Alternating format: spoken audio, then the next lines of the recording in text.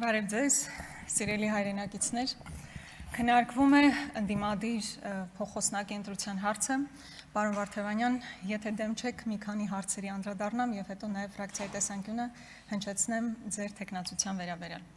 Սիրելի հայրենակիցներ, մի քանի րոպե առաջ այստեղ մի միտք հնչեցվեց ի պատասխան ընդդիմության այն դիտարկմանը, որ իսկապես խայտարակություն էր ամենայն հայոց կաթողիկոսին տեսնել Մեղադրյալի աթոռին եւ այն համատեքստում, որ բա գիտեք, ցանկացած ոք անկախ իր կարգավիճակից կարող է հայտնվել այդ աթոռին։ Ես եւս համակարծիք եմ, որ ցանկացած մեկը անկախ իր կարգավիճակից կարող է հայտնվել այդ Մեղադրյալի աթոռին, եթե հանցանք է իրականացրել։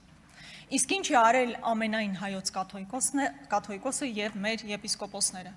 Պարզապես վեհափառը, ով ունի լիազորություն օծելու արքեպիսկոպոսի,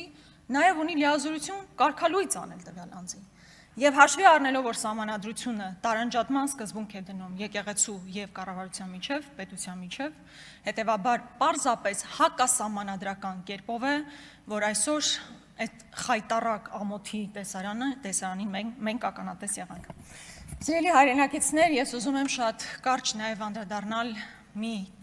եզրույթի կարելի ասել, որ այս անցնող ամիսներին եւ կարծում եմ առաջիկա ժամանակահատվածում մեզ ուղեկցելու է։ Այն է հանրաքվե։ Հայ ժողովուրդը հայտնվել է դրսից պարտադրվող երկու հանրաքվեների արանքում։ Մի դեպքում Ալիևի պարտադրանքով սահմանադրության փոփոխության հարցն է, մյուս դեպքում Ռուսաստանի Դաշնության նախագահի կողմից առաջադրվող կամ պարտադրվող ԵԱՏՄ այս հանրաքվեի պարտադրանքն է։ Եվ սա իսկապես խայտարակություն է, որ մեր հայ ժողովուրդը իր ապագայի մասին քննարկումները պետք է կատարի արտաքին ակտորների,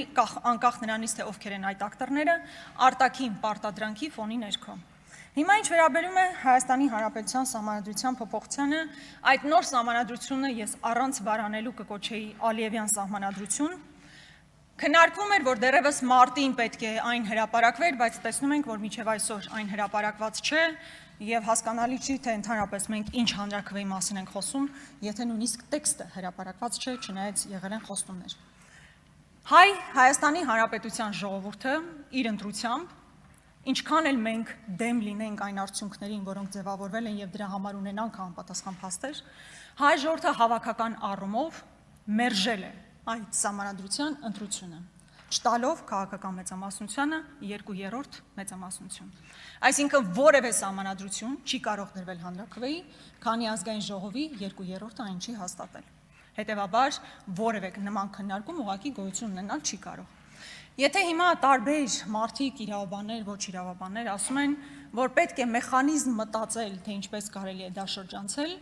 հետևաբար այդ սահմանադրությունը ոչ միայն ի բնե հակահայկական է, այլ նաև փաստացի հակասահմանադրական։ Հետևաբար այս թեմայով բոլոր քննարկումներն ուղղակի անիմաստ են, բովանդակազուրկ են։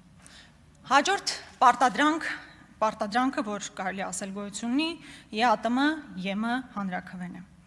Նախորդ շաբաթվա վերջին շատ հետաքրքիր մի իրադարձություն է տեղի ունեցել, կարծում եմ շատ քննարկման հնարավորություն չենք ունեցել, որովհետև այլ հարցեր էին քննարկվում։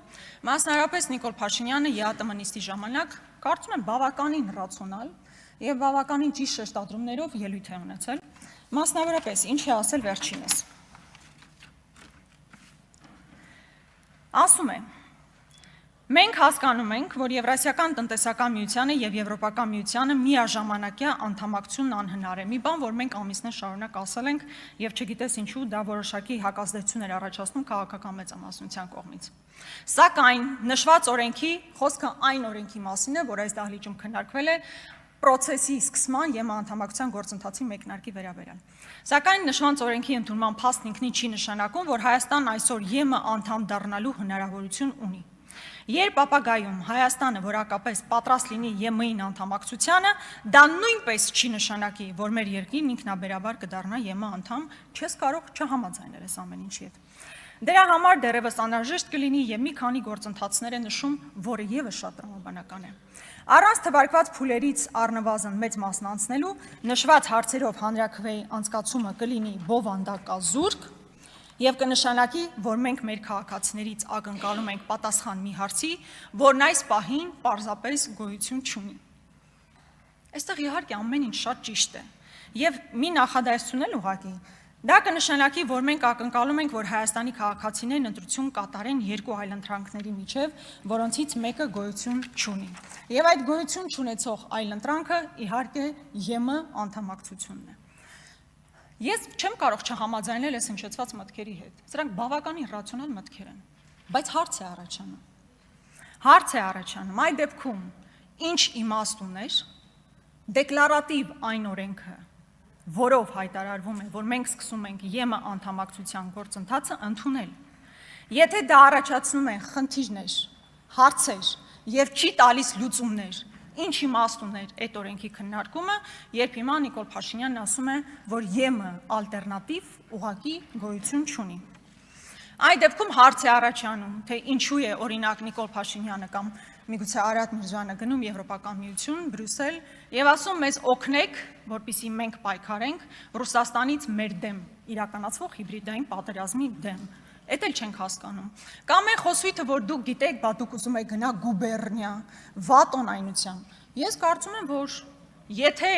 ընկալելի է քաղաքական մեծամասնության համար, որ ԵՄ ալտերնատիվա գոյություն չունի, ԵՄ անդամակցության հեռանկար գոյություն չունի, այդ դեպքում ինչու են ՀՄԿ-ի տաղավար հրավիրվում մարդիկ, ովքեր առավոտից երեկո, ում անունները առանձնապես չգիտենք էլ, առավոտից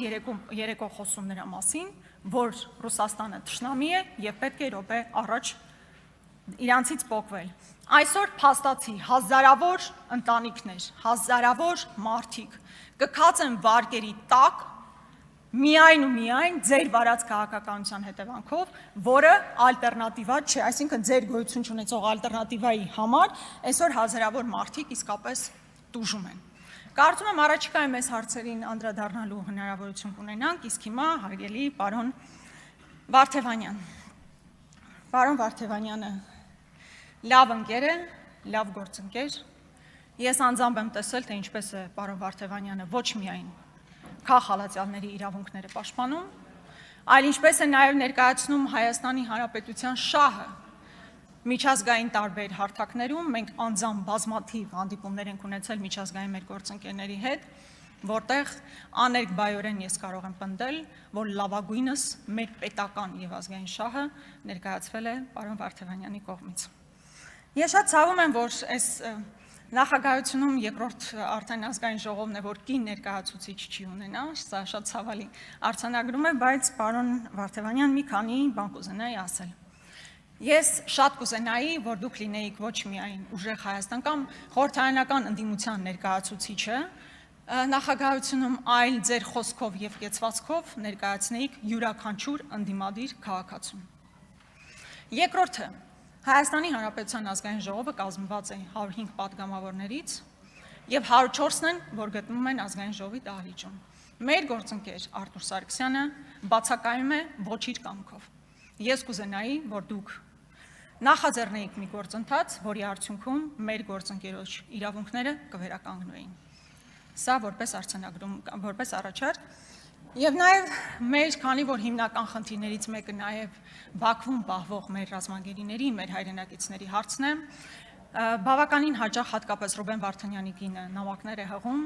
ասելով, որպեսզի կարողանան որոշակի կոմունիկացիա ապահովել Բաքվի գնալու կամ որոշակի հարթակում քննարկում անցկացնելու մասով։ Ազգային ժողովը մեծ իրականում գործառույթներ չունի ազգային ժողովի փոխնախագահան, բայց իր կարգավիճակով կարող է անել ավելին, քան մեզանից յուրաքանչյուրը, այս առումով կցանկանայի, որպեսզի եւս ձեր ուշադրությունը հրավիրեի։ Հայաստան դաշինքը բնականաբար իր ամբողջ կազմով, բացի Արտուր Սարգսյանից ցավոքով այստեղ ներկա չէ, ներկա լիներ երկու հատ ֆտիչկա կդներ,